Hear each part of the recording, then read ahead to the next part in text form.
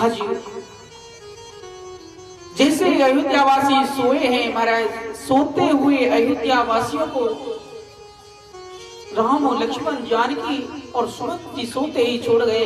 राम जी ने कहा, सुमंत जी रथ को ऐसे चलाओ जो मालूम नहीं पड़े रथ किस दिशा में गया है। आज महाराज श्रृंगवीरपुर पहुंचे हैं।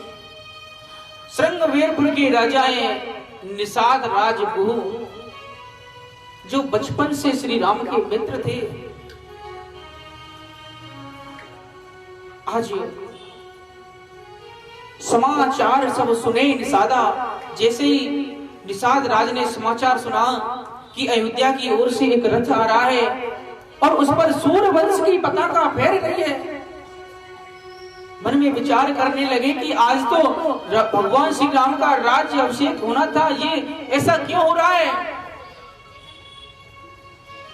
आज राम जी को देखकर प्रणाम किया है, कीन प्रणाम चरण धरे माथा।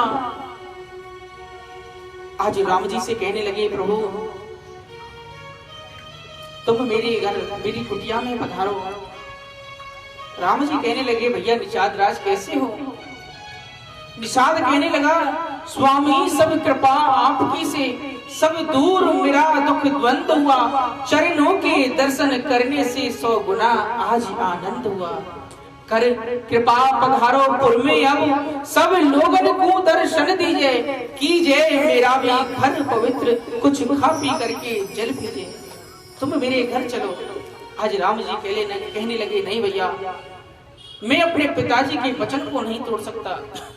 मैं 14 वर्ष तक किसी नगर में प्रवेश नहीं करूंगा, मैं वन में घूमूंगा। अब तो महाराज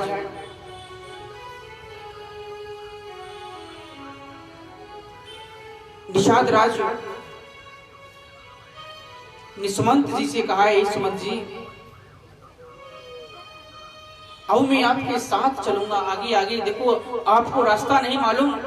राम जी ने सुमंत जी से कहा है, काका सुमंत जी अब आप अयोध्या लौट जाओ, क्योंकि तुमको अयोध्या संभालना है, पिताजी की हालत गंभीर हो जाएगी यदि तुम नहीं पहुंचे तो। आज सुमंत जी कहने लगे, अरे राम ये तू क्या कह रहा है भाई, मैं तुझको छोड़कर चला जाऊं। मैं तुझको छोड़कर नहीं जाऊंगा।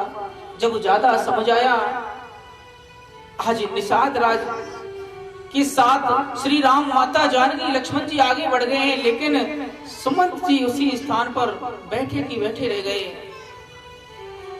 आगे नदी पड़ती है। आज गंगा नदी को पार करने के लिए केवट को बुलाया है, केवट आया है।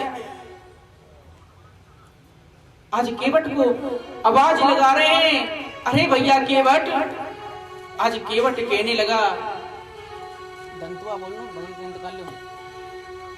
हे प्रभु मेरी एक विनती है आपसे, कि कर जोर विनती है मेरी, करुणा निधि सुन लीजिए, गर पार जाना चाहो तो प्रभु पद पखारन दीजिए। महाराज मैंने आपके इन चरणों की बड़ी बड़ी महिमा को सुना है, पहले मुझे चरण धोने दो। मोहि जानो ही गंगा पार वो पार, के बटला नावि किनारे,